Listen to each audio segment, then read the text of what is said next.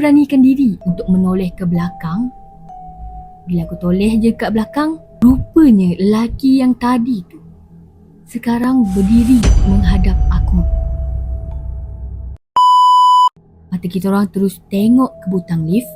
Alangkah terkejutnya, sedang aku berjalan menuju ke tandas tu, aku boleh nampak ada sesosok perempuan tinggi dan serba hitam, rambutnya panjang, mencecah di lantai.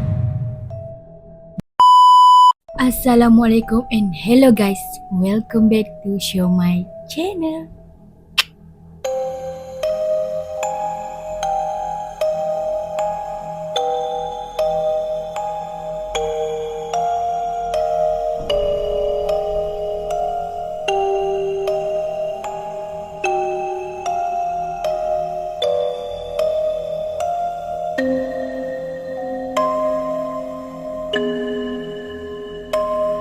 So guys, apa khabar korang semua? Sihat-sihat?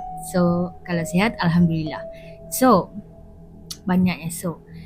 Pada yang dah klik video ni, thank you so much. Dan pada yang belum subscribe channel My, korang boleh tekan butang subscribe di bawah supaya korang tak tertinggal kisah-kisah seram yang akan My share selepas ini. So, pada video kali ni, My akan share kisah seram. Ada beberapa lah kisah seram yang akan saya share, tapi tak tahu berapa. Yang pasti, cerita-cerita yang akan saya cerita ni pada korang akan membuatkan bulu roma korang meremang setiap malam. Wallahualam. So, tanpa melengahkan masa lagi, let's get started. Kisah yang dihantar ni bertajuk Wanita dan Lift, Damansara Perdana. So, apa yang akan aku ceritakan ni berdasarkan pengalaman Hani dan kawan serumahnya, iaitu mereka berdua ni menyewa di sebuah apartmen yang terletak di Damansara Perdana ni. Mereka berdua ni menyewa dekat sini pada hujung tahun 2008. Masa tu, apartmen blok ni masih kelihatan gah lagi. Cantik dan bersih, jiran kiri dan kanan pun masih berkurang. Belum ada yang menyewa dekat situ. So maksudnya belum ramai lagi lah yang menyewa dekat apartmen tu. Kalau ada pun selang 3 ke 4 rumah macam tu dari rumah sewa mereka. Demi keselesaan, mereka berdua hanya menyewa berdua. Yelah, dah kerja kan, bukan student lagi, kata dia. Kisahnya macam ni. Okay, aku gantikan diri aku sebagai dia lah, okay? Supaya korang senang faham. Okay, cerita dia macam ni. Kami ni bekerja di salah sebuah syarikat call center yang terletak di Taman Tun Dr. Ismail. Waktu bekerja kami adalah waktu shift. Maksudnya, aku akan ada shift kerja yang tidak sama dengan kawan aku. Kebetulan satu hari tu, shift kami berlainan. Shift aku pukul 4.30 petang dan akan balik pukul 2 pagi. Lepas je habis kerja, aku terus berangkat pulang ke rumah. Dalam perjalanan menuju ke tempat parking motor di blok aku ternampak ada seorang kakak yang berdiri betul-betul di bawah lampu jalan. Kelihatan jelas, rambutnya diparas bahu, mengenakan t-shirt berkola bulat dan lusuh. Nampak macam tidak terurus dan sedang memandang tepat ke arah aku waktu tu. Aku pun macam manusia lain. Aku rasa macam pelik dan seram waktu tu. Yelah, seorang-seorang kan. Demi menghilangkan rasa takut aku ni tadi, aku cuba menyantuni kakak tu dengan mengangkat kepala dan sambil senyum. Dia macam tu. Dia tetap diam dan memandangku dengan tajam sekali. Aku ni jenis malas nak fikir banyak. Lepas aku tongkatkan motor aku ni tadi, aku terus menuju ke lift di kawasan lobi. Apartmen ni baru siap. Jadi ada 2 lift sahaja yang berfungsi waktu tu. Pihak pengurusan yang entah apa-apa tu mengambil langkah berjimat cermat dengan memadam lampu di bahagian lobi. Tak faham betul lah. Kenapa Lift terbuka, aku pun masuk cepat-cepat ke dalam lift tu. Wah, wangi dalam lift ni, kata aku dalam hati. Tak pernah aku bau wangian macam ni. Aku malas nak bersangka apa-apa, almaklumlah terpaksa positif. Selang beberapa saat, lift tu tiba-tiba berhenti. Aku tak tahu entah tingkat keberapa waktu tu. Lift berhenti adalah perkara biasa. Tapi apabila kakak yang aku nampak masa dekat parking motor tadi masuk ke dalam lift, itu luar biasa. Dia memandang aku sambil membesarkan anak mata dia. Dia macam tu. Aku cepat-cepat pejamkan mata dan terus tunduk sambil tangan aku menekan butang tutup lift dengan cepat-cepat. Dia macam tu. Ya Allah, takutnya aku time tu. Habis segala surah yang aku baca dalam hati. Sekarang ni cuma aku dan kakak tu dalam lift tu.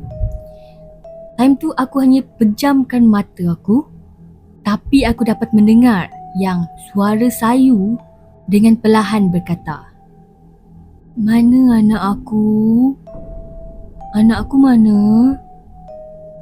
Anak aku mana?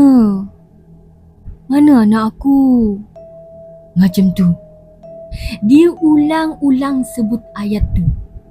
Tambah sesak nafas aku time tu.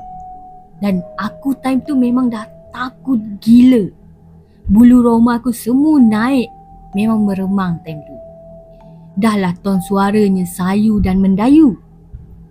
Beberapa ketika tu, pintu lift pun terbuka. Dia macam ting. Terbuka. Laju langkah aku keluar dari lift tu, tanpa aku menoleh sedikit pun dekat kakak dekat belakang tu. Dalam aku melangkah laju tu, aku ternampak ada seorang lelaki berjalan bertentangan dari arah hadapan. Aku menarik nafas panjang dan rasa lega time tu, sebab aku tengok ada orang yang melimpasi aku masa tu, ataupun melintasi aku waktu tu. Kelegaan tu hanya dapat aku nikmati untuk beberapa saat, kerana aku terhidu bau wangian yang sama dekat dalam lift tadi. Makin lama makin kuat baunya. Dia macam ikut aku tau, bau tu. Aku mula cemas, dan yang paling bestnya, aku dah tak dengar bunyi tapak kaki orang berjalan, sedangkan lelaki tadi baru saja lalu dekat sebelah aku. Time tu suasana menjadi sunyi dan sepi. Dengan rasa takut dan cemas yang tinggi dalam diri aku ni, aku beranikan diri untuk menoleh ke belakang. Bila aku toleh je kat belakang, rupanya lelaki yang tadi tu sekarang berdiri menghadap aku. Jaraknya cuma beberapa langkah dari tempat aku berdiri. Dia macam aku dekat sini dan lelaki tu dekat tempat korang. Ketakutan aku mula sampai ke kemuncak bila mana aku tak nampak pun raut wajahnya. Cuba kau bayangkan, kepala tanpa mata, hidung dan mulut. Kosong. Area muka dia ni kosong. Seram sungguh masa tu. Hampir-hampir aku nak terjerit masa tu. Aku terus buat langkah 1000 untuk cepat sampai ke depan pintu rumah aku, sambil tangan aku ni menyeluk kunci rumah dalam poket seluar aku. Dapat je aku kunci tu tadi, aku terus buka pintu rumah. Aku terus cari kawan yang serumah dengan aku tu. Aku ketuk pintu bilik dia. Dengan segera dia membuka dan menarik aku masuk ke dalam. Bertambah takut aku masa tu. Kenapa dia tarik tangan aku? Kawan aku kata, tadi ada orang ketuk pintu rumah. Lepas dia buka je pintu, dia nampak seorang lelaki dan seorang perempuan berdiri depan pintu waktu tu. Lelaki tu tunduk dan yang perempuan tu bertanya pada kawan aku tu. Dia tanya soalan yang sama macam dalam lift tadi. Nampak anak aku? Nampak anak aku tak? Mana anak aku? Mana anak aku? Mana anak aku? Kata dia. Tetapi perempuan tu bercakap tanpa membuka mulut. Korang bayangkan, kawan aku ni tadi, dia terbau wangian dan suara perempuan tadi betul-betul berbisik di sebelah telinganya walaupun perempuan tu berada dekat depan dia. Apa lagi, dia dah takut, terus menutup pintu dan berlari masuk ke dalam bilik. Dan malam tu kami tak tidur sampailah ke subuh kerana ketakutan.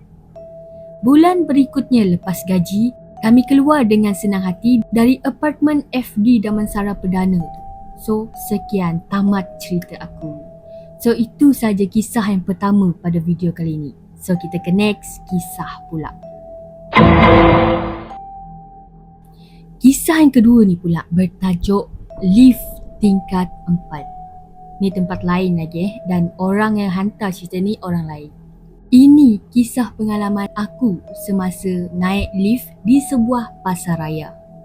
Aku ingat lagi masa tu, aku pergi tengok wayang dengan adik-beradik aku dekat sebuah mall di Melaka.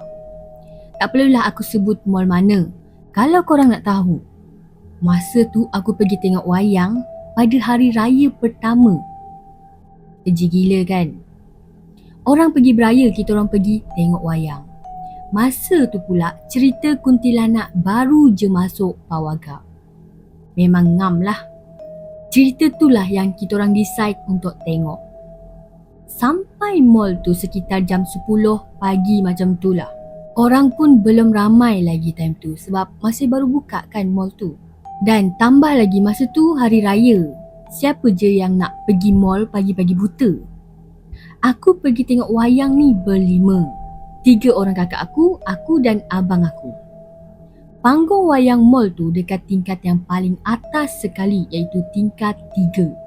Kita orang ni pun teruslah pergi ke lift untuk naik ke tingkat 3. Sampai je dekat panggung wayang tu, kebetulan ngam-ngam masa untuk filem kuntilanak. Beli tiket dan terus masuk dalam panggung. Dalam panggung tu pula, cuma ada kita orang berlima je. Korang bayangkan, 5 orang je dalam panggung tu. Macam aku cakap tadi lah, mana ada orang nak pergi tengok wayang pagi-pagi buta macam ni. Orang yang kerja dekat kaunter wayang tu pun mesti heran. Orang pergi beraya, kita orang pergi tengok wayang. So lepas je habis cerita tu dalam jam 1 lebih tengah hari, kita orang ni nak turun lah untuk balik. Kita orang naik lift yang sama, kita orang mula-mula naik tadi. Lift yang tadi, kita orang mula-mula naik tadi. Kita orang naik lift tu untuk turun ke tingkat bawah. Masa tu cuma kami berlima je dalam lift tu. Tiba-tiba, pintu lift tu macam buat hal. Pintu lift tu tutup perlahan je. Bila dah nak rapat pintu tu, menendang balik untuk terbuka. Dia macam macam tu. Sedangkan tak ada siapa-siapa pun dekat luar lift tu. Aku dengan abang aku pun sedaya upaya untuk tolak pintu lift tu bahagian kiri dan kanan untuk rapatkan balik pintu tu. Lepas struggle tolak bagai nak rak, barulah pintu tu tertutup semula. Akak aku yang dekat dengan butang lift tu terus tekan butang tingkat G. Lift pun bergerak dan tak lama lepas tu pintu terbuka. Bila pintu terbuka, kita orang terkejut gila bila nampak dekat luar tu gelap gelita. Gelap habis-habis. Abang aku yang berdiri betul-betul depan muka pintu lift tu hampir-hampir nak langkah keluar. Tapi bila nampak kawasan tu gelap, kita orang dah macam pelik. Kenapa dekat luar ni gelap? Setahu aku, tingkat G terang. Ni kenapa? Ni kita dekat mana ni kak? Pelik lah, kata aku dengan kakak dan abang-abang aku. Ruang gelap tu cuma ada satu lampu Kalimantan yang dah malap cahaya dia. Mata kita orang terus tengok ke butang lift. Alangkah terkejutnya bila nampak butang tu menyala dekat tingkat 4. Sedangkan masa tu akak aku tekan tingkat G. Akak aku yakin gila yang dia memang tekan butang tingkat G waktu tu. Yang peliknya macam mana boleh naik ke tingkat 4 dan tak ada siapa pun yang perasan. Lagi bertambah pelik waktu tu, sejak bila pula lift tu ada tingkat 4? Padahal kita orang sangat-sangat yakin yang kita orang ni naik lift yang sama masa mula-mula kita orang datang tadi. Sebab apa aku cakap yang aku yakin naik lift yang sama? Sebab mall tu tak sebesar macam Mid Valley yang masuk pintu lain, keluar pintu lain. Mall ni kecil je, tak mungkinlah kita orang ni salah jalan. Akak aku cepat-cepat tekan untuk tutup pintu lift tu. Dan sekali lagi, pintu lift ni nak pedajal kita orang. Dia buat hal macam tadi, yang tutup perlahan-lahan, bila dah nak rapat, dia menendang semula. Aku jadi bengang dah time tu. Aku dan abang aku sekali lagi struggle tolak untuk rapatkan pintu lift tu. Dalam masa kita orang struggle tutup pintu tu balik, akak aku cakap lampu Kalimantan tu berkelip-kelip beberapa kali.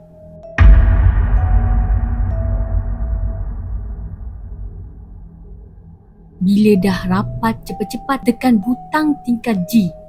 Nasib baik kali ni lift betul-betul turun ke tingkat G. Sepanjang turun ke tingkat G tu, semua senyap dan tak bunyi apa-apa dah waktu tu. Memang dah takutlah semua waktu tu. Memang dah macam jantung ni macam nak terkeluar. Rasa berdebar dekat dada ni. Lepas tu dah masuk dalam kereta dan dah keluar dari mall tu, barulah akak aku bersuara.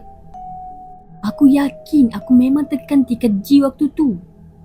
Macam mana boleh kita sampai dekat tingkat 4 Sedangkan mall ni cuma sampai tingkat 3 je kan? Memang menyeramkan lah masa tu. Mujurlah tak ada apa-apa yang menunjukkan diri masa dekat tingkat 4 tu. Kalau tak tahulah nak jadi macam mana dengan pintu lift yang cuba main-mainkan kita orang masa tu. Sampai sekarang aku masih tertanya-tanya lagi. Betul ke pintu lift tu bermasalah atau ada masalah yang ikut kita orang sekali? Dan misteri tingkat 4 sehingga kini masih belum terungkap. So itu saja kisah yang kedua pada video kali ini. So kita ke next kisah pula. Kisah yang ketiga ni bertajuk Perempuan Serba Hitam dengan Mata Terbeliak. Nama aku Fira. Aku ingin berkongsi pengalaman seram yang pernah terjadi dekat diri ni. Untuk pengetahuan semua, aku memang ada sejarah di mana aku memang mudah ternampak jelmaan makhluk dan aku pernah tengok jelmaan dalam berbagai rupa yang seram dan mengejutkan. Aku menghadapi situasi ni semenjak di bangku sekolah lagi. Pertemuan pertama dengan perempuan serba hitam. Kejadian ni berlaku semasa aku mula berkhidmat di sebuah sekolah rendah agama swasta di kawasan Subang Bestari, Selangor. Seingat aku, itu adalah minggu pertama aku bermula mendaftar diri. Seperti yang aku kongsikan pada permulaan, aku memang jenis yang kerap akan ternampak jelmaan-jelmaan yang ngeri dan menakutkan. Aku mulakan hari dengan bersemangat dan dalam masa yang sama agak gugup, memikirkan apa yang akan ditugaskan kepada aku pada hari mendaftar. Selepas je habis mendaftar di pejabat sekolah, aku terus dibawa ke bilik guru sekolah yang berada di aras 4. Untuk pengetahuan semua, sekolah ni terdapat 2 blok yang memuatkan kelas-kelas dan ruangan yang lain termasuk dewan, bilik guru dan perpustakaan. Pada masa tu, aku sibuk menelaah silibus yang akan aku ajar untuk minggu tersebut serta cuba memahami jadual kelas dan pelaksanaan kelas yang tertentu. Memang tak ada fikiran yang aku akan mengalami pengalaman seram pada minggu tu. Setelah hari berganti hari, aku perasan yang badan aku ni lesu macam nak demam. Situasi ni kerap berlaku selepas waktu asar. Aku tak syak apa-apa yang pelik. Aku fikir mungkin ada yang berjangkit dengan pelajar atau mana-mana guru. Keadaan aku berlanjutan beberapa hari pada minggu tu. Aku ada juga ambil ubat-ubatan tapi masih tak membaik dan masih tak sihat. Sehari sebelum tu, kami ada perjumpaan rumah sukan dan ini merupakan perjumpaan pertama untuk aku selaku guru. Semasa perjumpaan berlangsung, aku baru terperasan bateri telefon aku dah lowbat. Kemudian, aku minta diri nak ke bilik guru untuk ambil power bank dan nak ke tandas sekali.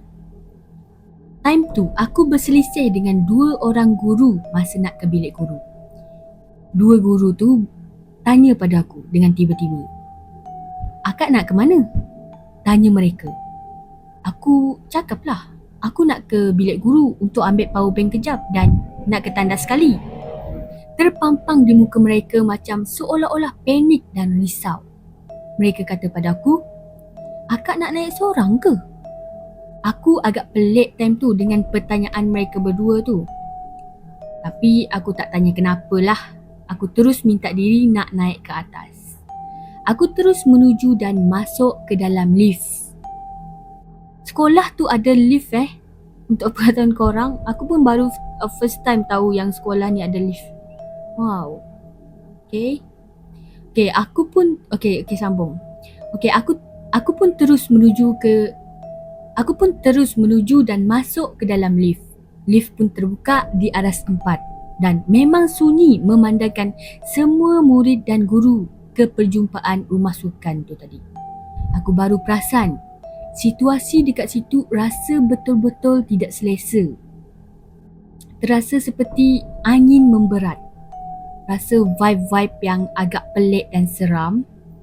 Aku tak nak fikir bukan-bukan. Aku terus pakai selipar dan nak ke tandas apabila aku lalu dan terperancat kerana ada sosok 2 orang perempuan. Rupanya tu adalah 2 orang guru yang aku berselisih tadi. Mereka kata, "Kak, tak apa, kami teman akak dekat sini." Aku pun terus ke tandas dan selepas tu ambil power bank aku dekat meja bilik guru aku. Kami turun dari aras 4 bersama. Apa yang terjadi tu menimbulkan 1000 tanda tanya buat aku. Kenapa mereka sampai macam tu sekali dan jelas terpampang kerisauan pada riak wajah 2 orang guru tersebut. Keesokan harinya pula, aku ke tempat kerja macam biasa. Petang tu, semua murid ada aktiviti sukan outdoor. Jadi, semua ke padang berdekatan sekolah lah. Aku minta izin dari guru penolong kanan aku untuk tidak terlibat sama sebab badan aku ni kurang sihat dan aku kena bertugas jaga murid yang tidak sihat di bilik isolasi. Bilik ruang rehat lah. Risau nak tinggalkan murid tanpa pengawasan siapa-siapa. Terdengar azan masuknya asar. Lepas habis azan, aku bersiap nak ke tandas untuk mengambil uduk. Masa inilah pertemuan ngeri berlaku.